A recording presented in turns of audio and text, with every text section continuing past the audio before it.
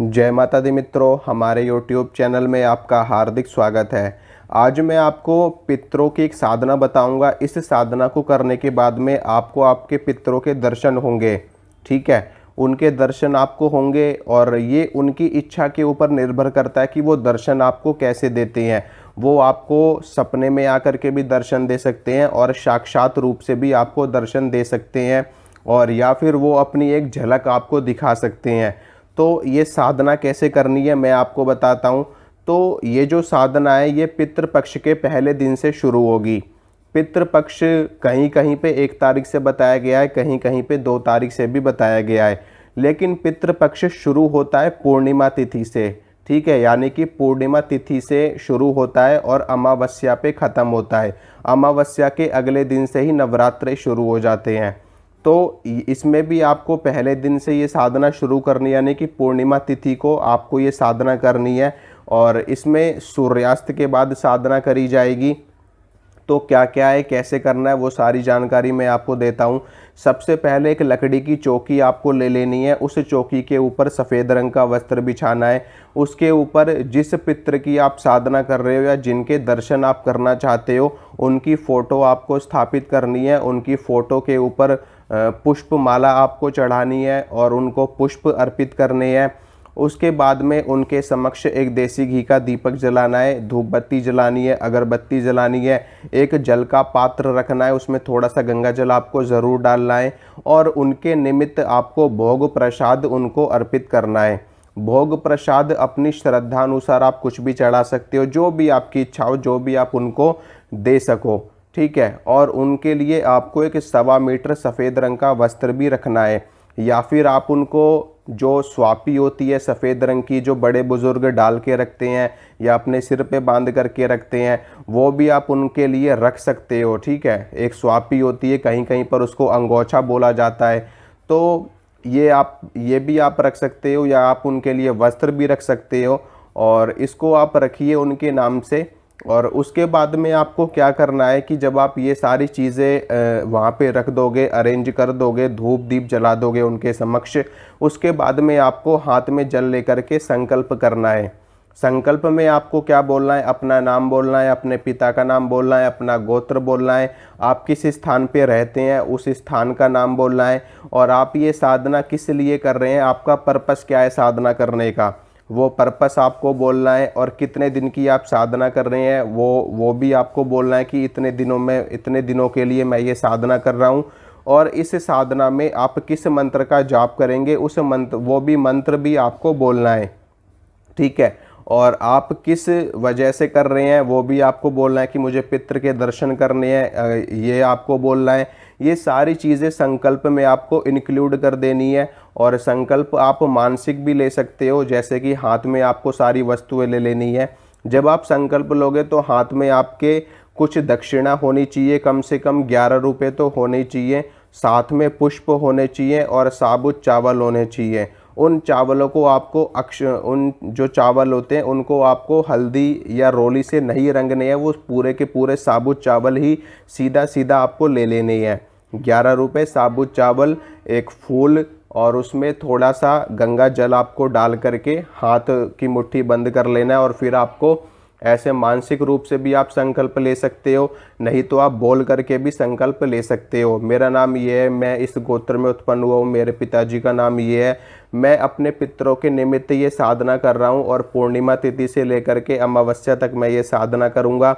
मैं अपने पितरों के दर्शन करना चाहता हूँ, मैं इस मंत्र का जाप करूँगा, मैं इतनी मालाएं प्रतिदिन करूँगा, और इस साधना के प्रभाव से मुझे मेरे पितृ के दर्शन अवश्य प्राप्त हों। और जाने अनजाने में कोई गलती हो जाए, कोई भूल चूक हो जाए, तो उसके लिए मुझे आप क्षमा करना। इस प्रकार से संकल्प लेकर के वो संकल्प अपने पितरों के चरणों में, यानी कि जहाँ पर आपने उनकी फ़ोटो रखी है वहीं पर आपको ऐसे करके समर्पयामी बोल के अर्पित कर देना है। ठीक है, अब उसके बाद आपको क्या करना है कि रुद्राक्ष की माला आपको ले लेनी है, या जिस भी माला से आप मंत्र का जप करते हैं, तुलसी की माला हो, चंदन की माला हो, कमलगट्टे की हो, स्फटिक की हो, रुद्राक्ष की हो, लाल चंदन की हो, सफ़ेद चंदन की हो, कोई सी भी माला आपके पास अवेलेबल हो वो माला आपको ले लेनी है।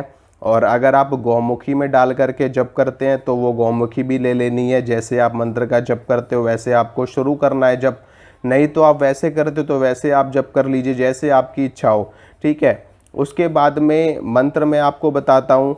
सब जब आप संकल्प ले लोगे, संकल्प लेने के बाद में जो आपके कुल देवता हैं और जो आपके इष्ट देवता हैं उनको प्रणाम करना है, उनसे आज्ञा लेनी है, अपने गुरु से आज्ञा लेनी है, ठीक है। गुरु को प्रणाम करना है, भगवान गणेश को प्रणाम करना है, भगवान शिव को प्रणाम करना है, भगवान विष्णु को प्रणाम करना है, सभी देवी देवताओं को प्रणाम करके, नमस्कार करके, स्थान देवता को नमस्कार करके, और जो योगिनी चल रही हो उस योगिनी को नमस्कार करके, या फिर आप सीधा योगिनी को प्रणाम कर सकते हैं, माँ आदि शक्ति को प्रणाम कर सकते हैं। तो सभी की आज्ञा लेकर के, सभी को नमस्कार करके, सभी से प्रार्थना करके, तब उसके बाद में आपको अपने पितरों के मंत्र का जप आपको शुरू करना है। मंत्र कौन सा रहेगा? मंत्र वही रहेगा जो मैं आपको हर वीडियो में बताता हूँ। ओम श्री पितृ देवताभ्यो नमः, ओम श्री पितृ देवताभ्यो नमः, ओम श्री पितृ देवताभ्यो नमः, ओम श्री पितृ देवताभ्यो नमः, ये मंत्र रहेगा।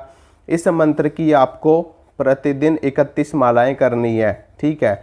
इस मंत्र की आपको प्रतिदिन 31 मालाएं करनी है। और ये जप आपको किस वक्त करना है? ये जप आपको करना है सूर्यास्त होने के बाद में। सूर्यास्त होने के बाद में जब आप ये साधना कर लोगे, जब आप मंत्र का जप कर लोगे, ठीक है, उसके बाद में अपना जप अपने पितृ को समर्पित आपको करना है, क्योंकि आपके मंत्र की ऊर्जा प्राप्त करके ही आपके पितृ आपके पास आ पाएंगे और आपको दर्शन दे पाएंगे, ठीक है। उसके बाद में आपको ये बोलना है कि मैंने जितना भी मंत्र का जप किया है वह जप मैं अपने पितृ देवता को समर्पित करता हूँ, और मेरे पितृ देवता आप इस जप को ग्रहण कीजिए और मुझे दर्शन देने की कृपा कीजिए, ठीक है। ऐसे आपको प्रतिदिन बोलना है। पूरी की पूरी आपकी ये पूर्णिमा से लेकर के अमावस्या तक साधना चलेगी। अमावस्या की रात्रि काल तक आपको आपके पितृ के ज़रूर दर्शन हो जाएंगे, ठीक है। उसके बाद में आपको क्या करना है, जब आप जप कर लोगे, उनको समर्पित कर दोगे, फिर उसके बाद उनको प्रणाम करके, नमस्कार करके आपको उठ जाना है। उठ जाने के बाद में जब आप सोने के लिए जाओगे रात्रि काल में, और रात्रि काल में जब आप सोने के लिए जाओगे, अगर आप इसमें ज़मीन पे सो सको तो बहुत ज़्यादा अच्छा है, नहीं तो कोई बात नहीं, जहाँ पर भी आप सो, लेकिन अकेले सोना। आपके साथ में आपके आसपास कोई नहीं होना चाहिए। आपके आसपास हो लेकिन जिस बिस्तर पे आप सो रहे हो उस बिस्तर पे आपके सिवा कोई और नहीं होना चाहिए। आपकी पत्नी भी नहीं होनी चाहिए, या फिर आपके बच्चे भी नहीं होने चाहिए, कोई भी नहीं होना चाहिए वहाँ पे। सिर्फ उस बिस्तर पे आप ही होगे। और उसमें आपको क्या करना है, एक जल का लोटा लेना है। रात्रि काल में एक जल का लोटा लेकर के उसमें आपको थोड़े से साबुत चावल डाल देने हैं। चावल खंडित नहीं होने चाहिए। 1 रुपये का सिक्का डाल देना है, और 1 सुपारी उसमें आपको डाल देनी है अपने पितृ के नाम से, और अपने पितृ का आवाहन आपको करते हुए उसके बाद आपको सोना है। बैठ करके हाथ जोड़ करके अपने पितृ का मन ही मन में मानसिक रूप से उनका आवाहन आपको करना है कि हे पितृ देवता आप आइए, मैं आपका दर्शन करने का अभिलाषी हूँ, दर्शन करने का इच्छुक हूँ, और मैं आपके दर्शन करने के लिए तैयार हूँ। आप मेरे सामर्थ्य के अनुसार, मेरी शक्ति के अनुसार, मेरी ऊर्जा के अनुसार मुझे आप दर्शन देने की कृपा कीजिए, मुझे कृतार्थ करिए, मेरे परिवार को कृतार्थ करते, क्योंकि हम सभी लोग आपके वंशज हैं। अगर आप नहीं होते तो आज हम इस धरा पे नहीं होते। इस प्रकार से उनकी स्तुति करके, उनको प्रणाम करके आपको सो जाना है। निश्चित रूप से कह रहा हूँ, आपको दर्शन अवश्य होंगे। सपने में भी दर्शन हो सकते हैं, साक्षात रूप से भी दर्शन हो सकते हैं, किसी संकेत मात्र से भी आपको दर्शन हो सकते हैं। उनकी इच्छा के ऊपर निर्भर करता है कि वो आपको दर्शन कैसे होंगे। अगर आपके पितृ किसी भी प्रकार के बंधन में नहीं हैं, या फिर बंधन का मतलब होता है कि किसी भी प्रकार के पाप कर्म के कारण वो किसी प्रेत योनि में हो, या किसी तांत्रिक के बंधन में हो, या किसी भी तरह के बंधन में नहीं है, तो उनके दर्शन आपको अवश्य प्राप्त होंगे। लेकिन अगर आपको उनके दर्शन नहीं होते और आप ये साधना करके उनको समर्पित करते हो, तो इस साधना के प्रभाव से उनके बंधन भी खुल जाएंगे, ठीक है। और जब बंधन खुल जाएंगे तो स्वतः आपको उनके दर्शन भी प्राप्त हो जाएंगे। तो आपको बिल्कुल निश्चिंत होकर के साधना करनी है। प्रतिदिन 31 मालाएं कम से कम आपको करनी है, और इससे कम नहीं होंगी। इतनी मालाएं तो आपको करनी ही करनी है। और इसमें आपको यज्ञ भी करना है, हवन भी करना है। हवन कब आपको करना है? हवन उस दिन करना है जिस दिन उनका देहांत हुआ था, जिस दिन उनके लिए आप श्राद्ध करोगे, जैसे कि चाहे प्रथम तिथि पे हो, द्वितीया पे हो, तृतीया पे हो, चतुर्थी पे हो, पंचमी पे हो, षष्ठी पे हो, सप्तमी पे हो, अष्टमी पे हो, जिस भी दिन वो दिवंगत हुए थे, जिस भी दिन उनका देहांत हुआ था, उस तिथि पे, जिस तिथि पे आप उनका श्राद्ध कर्म करेंगे, उस तिथि पर ही आपको उनके लिए हवन करना है। उसी मंत्र से करना है जिस मंत्र से आप जप कर रहे हो, ठीक है।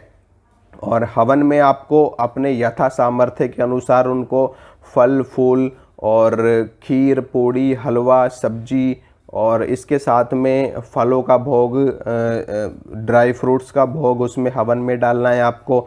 देसी घी की आहुतियाँ अपने सामर्थ्य के अनुसार, अपनी शक्ति के अनुसार आपको करना है, ठीक है। आपका यज्ञ भी पूरा होगा, आपकी साधना भी पूरी होगी और यज्ञ की अग्नि में भी आपको उनके दर्शन प्राप्त हो सकते हैं। मैंने बताया ना, किसी भी रूप में, किसी भी स्थान पे उनके दर्शन, उनकी छवि आपको दिखाई दे सकती है, उनकी फ़ोटो में, किसी दीवार पे, किसी हवन की अग्नि में मंत्र जप करते हुए आपको दर्शन हो सकते हैं उनके, उनकी आवाज़ सुनाई दे सकती है, स्वप्न में उनके दर्शन हो सकते हैं। तो शक्ति के ऊपर निर्भर करता है और साधक के ऊपर निर्भर करता है कि आपको दर्शन किस प्रकार से प्राप्त होंगे, ठीक है। तो आप इस प्रकार से उनकी साधना करिए और उनके दर्शन आप प्राप्त कर सकते हैं।